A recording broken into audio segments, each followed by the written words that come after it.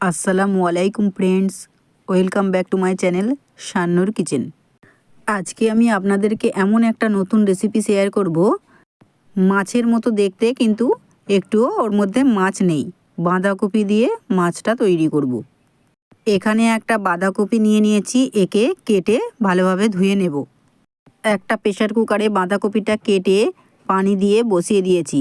এখানে কিন্তু আমি বাঁধাকপিটা সিদ্ধ করব না, শুধু পানিটা ফেলে দেব ফুটিয়ে। বাঁধাকপি ফোটানো হয়ে গেছে, এখন পানিটাকে ঝরিয়ে নেব।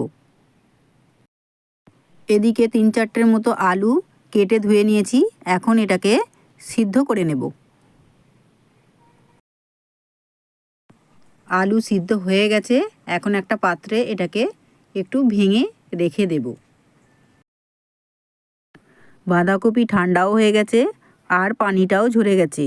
এখন ওটার থেকে চেপে চেপে যেটুকু পানি আছে বের করে নেব। বন্ধুরা, এখানে আলুটা আমি অর্ধেক ভেঙে রেখে দিয়েছি। আপনারা চাইলে ওটাকে সম্পূর্ণই ম্যাশ করে নিতে পারেন। সব বাঁধাকপি দেয়া হয়ে গেছে, এখন এর মধ্যে দিয়ে দেব হাফ চামচের মতো হলুদের গুঁড়ো, হাফ চামচ লঙ্কার গুঁড়ো, হাফ চামচ ধনে গুঁড়ো আর স্বাদ মতো লবণ। দিয়ে দিচ্ছি 2 চামচের মতো কর্নফ্লাওয়ার, আর বেসনও দিয়ে দেব 3-4 চামচ। এখানে কর্নফ্লাওয়ারের বদলে ময়দাও ব্যবহার করা যেতে পারে। এবার হাত দিয়ে ভালোভাবে আলু, বাঁধাকপি আর সব মশলাগুলো মাখিয়ে নেব। এমনভাবে মাখাতে হবে যাতে ওর মধ্যে আলুর দানা দানা কোনো অংশ না থাকে। পুরোটা মাখানো হয়ে গেছে, এখন একটু হাতের মধ্যে তেল আর একটা থালার মধ্যেও তেল মাখিয়ে নেব। বন্ধুরা, প্রথম 1-2টো মাছ তৈরি করার সময় ক্যামেরাটা অন করতে ভুলে গেছিলাম। এখন আবারও আপনাদেরকে দেখিয়ে দিচ্ছি। দেখুন, এইভাবে বাঁধাকপির মাছগুলো তৈরি করে নিয়েছি। একদম পুরো মাছের দাকার মতো দেখতে লাগছে।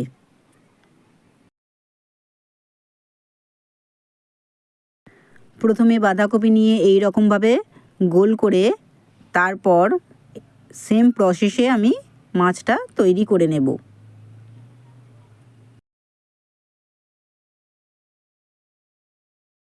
কেউ যদি মাছ খেতে না ভালোবাসে, এই রকমভাবে বাঁধাকপি দিয়ে মাছের ঝোল বানিয়ে দিতে পারেন। কিন্তু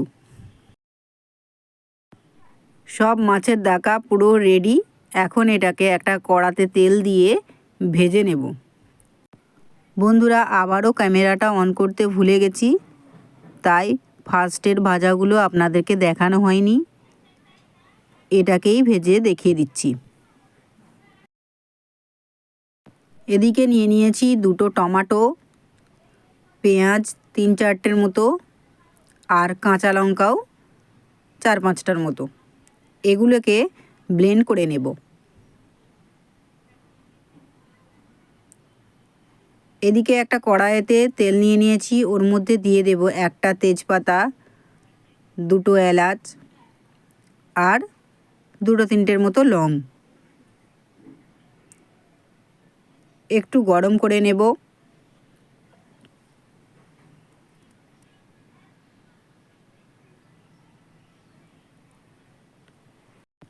আদা রসুন বাটা দেওয়ার আগে সামান্য একটু হলুদ দিয়ে দিলাম। আদা রসুন বাটা দিলে বড্ড চারিদিকে হয়ে যায়। এখন এর মধ্যে দিয়ে দেব 1 চামচের মতো আদা রসুন বাটা। এটাকেও একটু নেড়ে চেড়ে নেব। এবার এর মধ্যে দিয়ে দেব পেস্ট করে রাখা টমেটো, কাঁচা লঙ্কা আর পেঁয়াজ। এটা দেওয়ার পর একটু নাড়াচাড়া করে নিলাম। এখন এর মধ্যে দিয়ে দিচ্ছি 1 চামচের হাফ চামচ হলুদ, হাফ চামচ লঙ্কার গুঁড়ো। এগুলো দেবার পর খুন্তির সাহায্যে ভালোভাবে এটাকে কষে নেব। এবার দিয়ে দিচ্ছি স্বাদ মতো লবণ।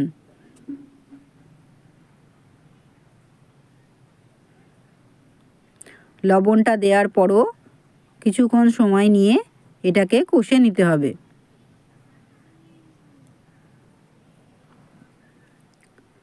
কষে কষে একদম শুকনো হয়ে এসেছে। এখন এর মধ্যে অ্যাড করব দুধ। আমি স্বাদ বেশি হওয়ার জন্য দুধটা দিয়ে রান্না করেছি, আপনারা চাইলে পানিও দিতে পারেন।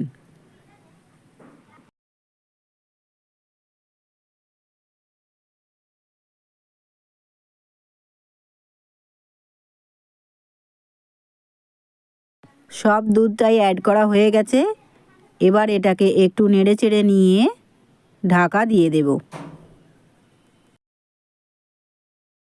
2-3 মিনিট পর ঢাকা খুলে ওর মধ্যে একটু পানি দিয়ে দিলাম।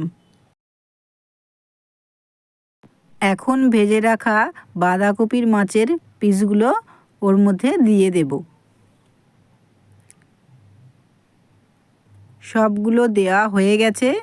এখন ঢাকা দিয়ে আবারও 2-3 মিনিট ফুটিয়ে নেব। আপনারা আপনাদের দরকার মতো ঝোলটা বাড়িয়ে বা কমিয়ে নিতে পারেন। এই রেসিপিটি যদি আপনাদেরকে ভালো লাগে, লাইক, কমেন্ট, শেয়ার করে দেবেন।